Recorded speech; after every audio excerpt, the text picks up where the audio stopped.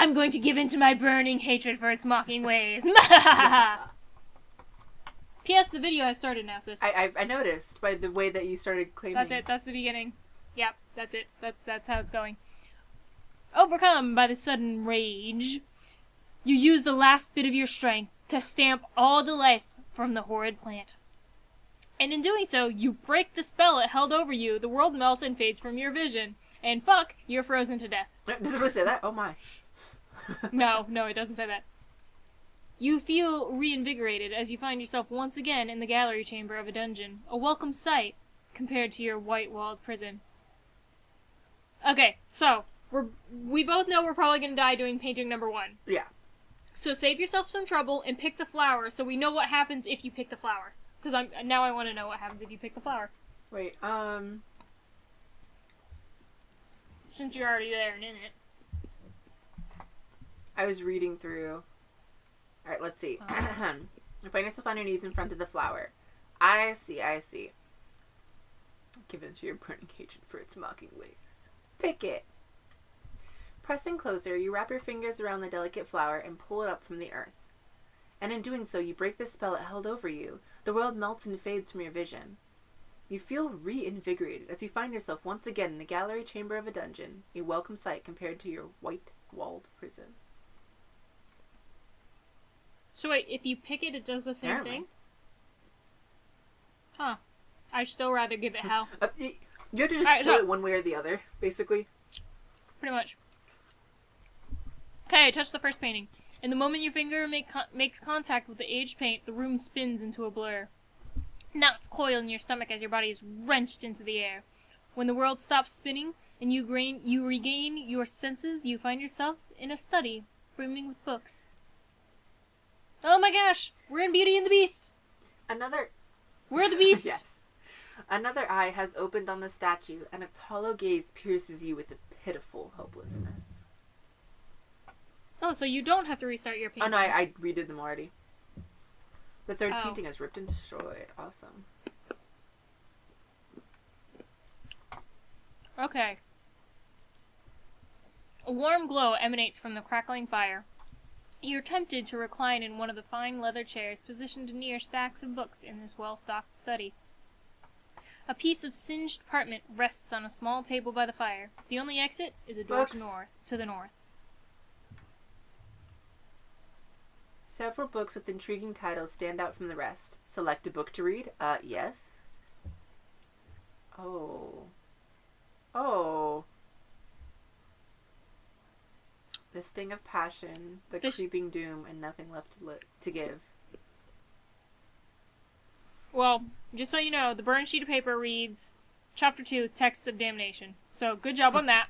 I'm gonna go to the door to the north. Bye-bye. But I want to read. You can read them. Nah, I'll look at it later. Keep going. All the warmth and splendor of the cozy study vanishes, as you find yourself in a sprawling library choked with stacks of old tomes and a thick layer of dust. Time has been less than kind to this ancient repository. I almost read that as suppository. The air in this dilapidated library vibrates with a foreboding energy. Silent words whisper forth from the pages, calling to you. Piles of old books are stacked across a large desk in the north wall. Dusty bookshelves buckling under the weight of vast knowledge rests against the west wall and the east wall. I don't want to interact with any more walls, but I'm going to go with the north wall because I like the ice guy. West it is. The heavy desk is adorned with carvings of demonic entities and runic symbols. Of course it is. Piles of thick tomes are littered across its aging surface, which also bears several deep claw marks tracing a path off the edge to one side. I'm going to investigate the desk. On the far side of the desk, you find a large drawer. The lock's keyhole is situated inside the mouth of a fanged human skull carving. Not touching that with a 10-foot pole. It's a miracle these texts have stood the test of time. The brittle pages seem held together by some unknown force. Select a book to read. Prayers to the Cosmic Serpent Divine, Tools of Magic, Mechanics of the Invisible World. I'm not reading those. An endless parade of tomes with grim, peculiar titles is found along the massive bookshelf on the west wall. Inked, bound, and cataloged, these antiquated books hail from a time long past. Select a book to read. Demonic entities from beyond, a primer. Psionic and defense from psychic attack. Summoner's initiates grimoire, ooh, maybe. And a codex of symbols, ooh, also maybe. Alright, east wall. Rows upon rows of books are lined up along the wall here. You feel a slight breeze brush your face. Books! So many words from a long time ago, knowledge and arcane power collide across the pages of these dark texts. The laws of the sect, portals in the dimensional veil, the book of fraud and fakery. Click! That's the first one I actually wanted to read. What's it say? Clever. It appears this book is entirely blank inside. You flip through the pages anyway. Something I would do. Halfway through the book, you find a secret compartment hollowed into the pages. And that is exactly why. Inside the secret hideaway, you find a small key carved out of a human finger bone. I know where it's going! Close the book. Back. Back. Go to the north wall. Going to the north wall. Use the bone key. You place the bone key into the lock and turn it until you hear a click. The skull carving springs to life and bites down on the fragile bone key, snapping it off in the lock permanently. Guess I can't undo that. I can still go back, though. The desk's drawer is unlocked. Examine its contents. Inside, you find a small silver bell, a bag of salt. There's a strange marking inside one of the drawers. Carved into the wood of the desk drawer, you find an ancient symbol that exudes an electric current that raises the hair on your arm as your hand draws near. Am I gonna touch it? As your fingers touch the ancient notches in the wood, a faint tingle races through your veins. You hear a strange click from the western wall of the library, then the feeling passes. Okay, so there's that. One of the books has been pushed forward out of place. Push it back in. Uh-oh. Yes, please. You push the book back in and hear a rumbling sound coming from the study to the south. An endless parade of tomes with grim, peculiar titles can be found along the massive bookshelf on this wall. Inked, bound, and cataloged these antiquated books. I'm gonna read the Codex of Symbols since I just touched a symbol and it did magic things. I'm just gonna let you do this one. I mean, I solved one on my own. Oh god, it actually lets me look at the symbols. Ooh. Wait, what did you solve? The first of the paintings that we finished, I solved it on my own. So keep going. Like this is awesome. I'm intrigued. Light, dark, labyrinth, truth, twin. Close the book. All right.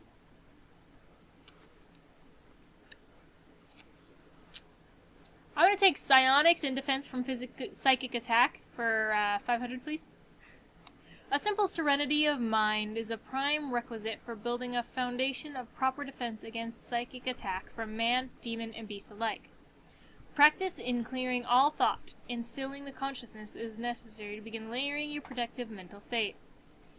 With this skill achieved, the next step is to erect a mental barrier to strengthen one's psychic armor.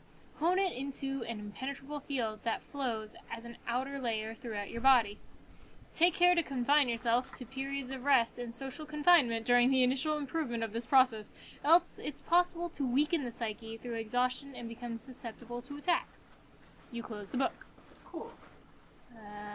What other books do we have? What else was on the east wall? I'm looking for a pen, by the way. I want to write these symbols down so I don't have to keep looking back at them. I found sixlets, gluten-free, nut-free candy. I'm gonna read the Tools of Magic now. Ooh. In the pursuits of ancient magic, one cannot properly control the powerful forces at work beyond the veil without the correct instruments, such as the need for appropriate tools to harness and conduct the elements during the rituals of magic. Bell, a summoner's tool. The bell is rung to break the silence between the physical plane and the immaterial realm, opening the door for its entities to step through. A theme. This ritual night, actually, I have no idea how to pronounce it, but at Hammy. I'm gonna call it at Hammy now. I know I said a theme, but no, it's gonna be at Hammy now. Mm-hmm. Does that tell you how it's No, spelled? I know what it is. If I pronounce it at I know what Hammy? it is. This ritual knife is used to direct energies to your bidding, though it also doubles as a tool for bloodletting when the need arises. Candles. The candle is a beacon of light in a sea of darkness. It signifies hope, fire, intent, and the dualities of the universe. It can attract and repel a variety of otherworldly forces. Salt. A great purifier, salt has powerful cleansing and protective properties. Most often, it's used in consecration and drawing magical circles or symbols. Rope. Used in binding rituals, the rope is alternately a useful tool for holding forces at bay or unlocking the doors to your deeper unconsciousness. I think you need to read a few of them. Why not? Why? Because I want to eat my candy. Alright, I'm writing out the symbols. By the way, the dark symbol looks like some of the monsters from the game Prey. It does. Most of the symbols actually do. But it's only because prey symbols are tentacle monsters. Yeah, it's gross. The unseen world is home to many secrets, some caused by forces of wayward energy, and some made by man. It's the combination of the two that can yield the most interesting results. Imbuing simple mechanical devices with arcane energy allows you to control their effect and manipulate them through invisible triggers, like a word, a sound, a command, or even interaction between remote mechanical objects linked by pure energy. Using magic to manipulate such artifacts is no simple task. Tremendous will and discipline are required to channel arcane forces into a physical object in such a way that it will retain its spiritual charge. The ritual can take days to perform correctly, but once complete, it will produce a powerful artifact that can be shaped to the user's will, providing protection, concealment, or practical innovation.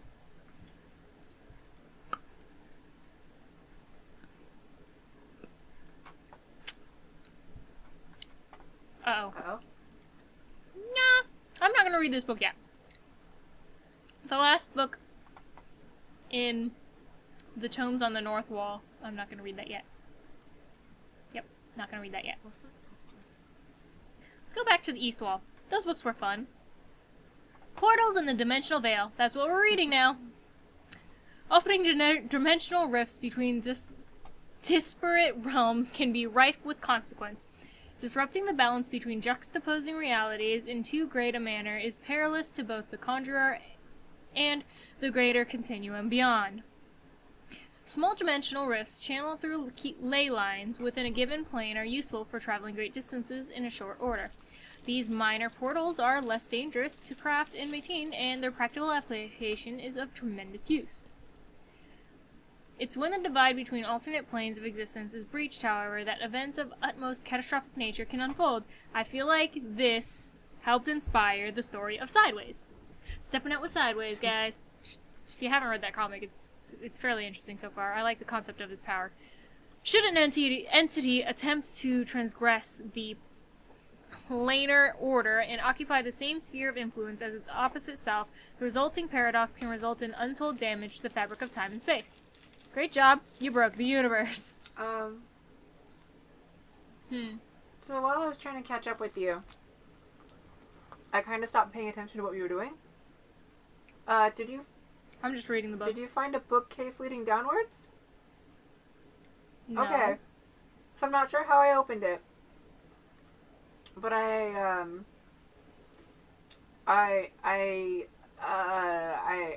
went into the room that I started in, and I was like, oh yeah, Sis was doing stuff. This must have been it.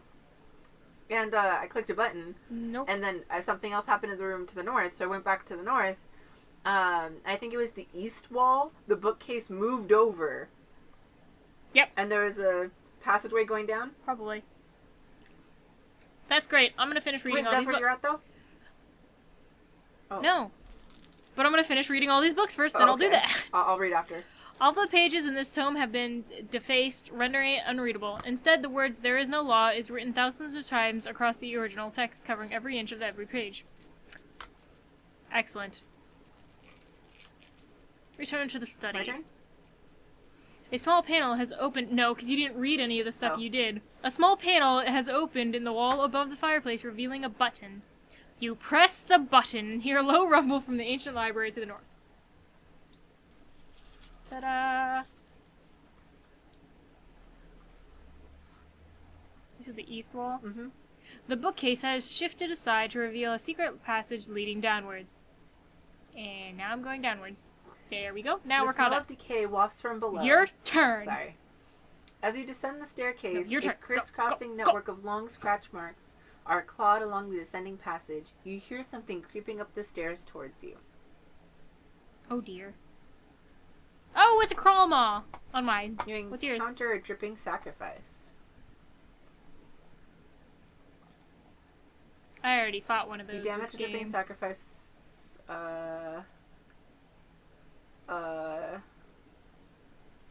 You just attack until it dies or you Okay, die. I was like, there's no way to run. No, there isn't. Not in that one. You have slain the crawl maw. Victory! You survived the encounter. You absorb the blood of your fallen adversary and feel invigorated. Dang it! Finally managed to hit me. The stairs lead upwards to the west and downwards to the east. Well, I guess we're going down. A faint whisper echoes from down the stairs to the north. The trail of scratch marks continue around the corner and down the stairs to the south. Or return up the stairs to the west. I'm gonna go north. You get to go south and follow the claw marks. Please don't kill me.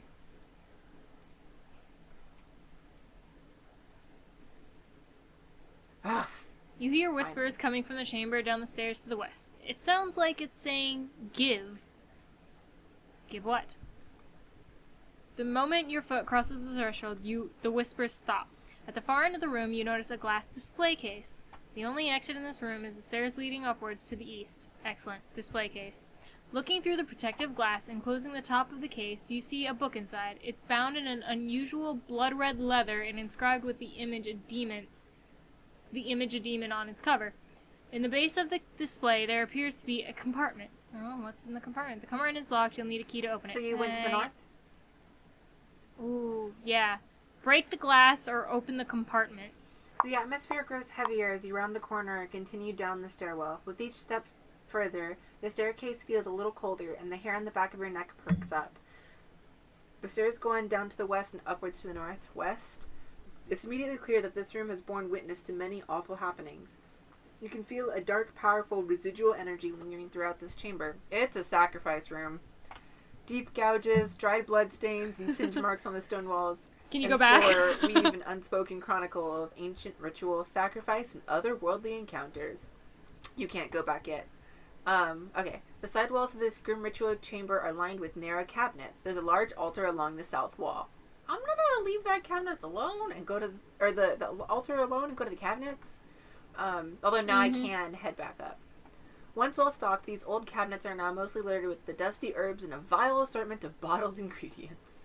Your meticulous searching doesn't come up completely empty-handed, however. One drawer contains a stack of half-burnt candles. Another holds a small pouch with a key. It's a tiny key. I'm gonna touch the large archer because I'm a glutton for punishment. Oh, you approach the altar. You do not have all the tools necessary to conduct a ritual. Interesting. Oops. Yeah, I'm gonna go to yours because I need some of those. South. West. Wait, you're not gonna break Residual the energy. glass? Unspoken chronicle. Cabinets. You're not gonna break the glass? 5 candles. Alright, so I'm going to go north back to where I had gone. Because I went away because there was nothing I could do. I'm not breaking that case. Because I wanted to open the compartment and see what's in the compartment. So I'm going to use the tiny key on the display. Yeah, I have no choice. I already clicked it. Oh, you unlock the case. The compartment flips open to reveal a sharp ritual dagger resting next to the stone siphon that drains deeper into the base of the display. The siphon bowl is carved into the shape of a gaping demonic maw. Etched into the cold steel of the ritual at Hammy are simply the words, give. Will you give? The sharp ritual... No, I'm not. No. No. I don't know. No. I'm not gonna give it me. I will not give it me. Actually, now I'm gonna break the glass. Slamming the glass hard, you fail to affect it in any visible way, though the pulsing pain in your fist is another story. Thanks! I have the knife. I could try to kill it with the knife. Okay, whatever. I mean, it wants me to give. Here we go. Slicing a gash in your hand with a knife, you let your blood flow freely into the demonic siphon's mouth. Within seconds, the stone carving's eyes glow bright crimson, and the glass case holding the book shudders, then melts away to nothingness. Demonic Invocation, the Book of Rituals. Knowledge required to successfully summon the various aspects of the divine serpent. Invocation of the first form, second form, third form, fourth form, fifth form. Oh my god. The Call of Abrax. Invocation of the first form. To call forth Abrax, perform the ritual sequence. Alright, first rite is candles. So I'm going to put candles on a circle. Cool. I'm drawing this, by the way. Second arrangement, use salt and draw the light symbol. Oh, okay. Light. This is a bad idea to do this ritual, isn't it? I mean, I'm still going to do it, but... Probably. Alright, and then ring the bell. I can't draw bells. Whoop.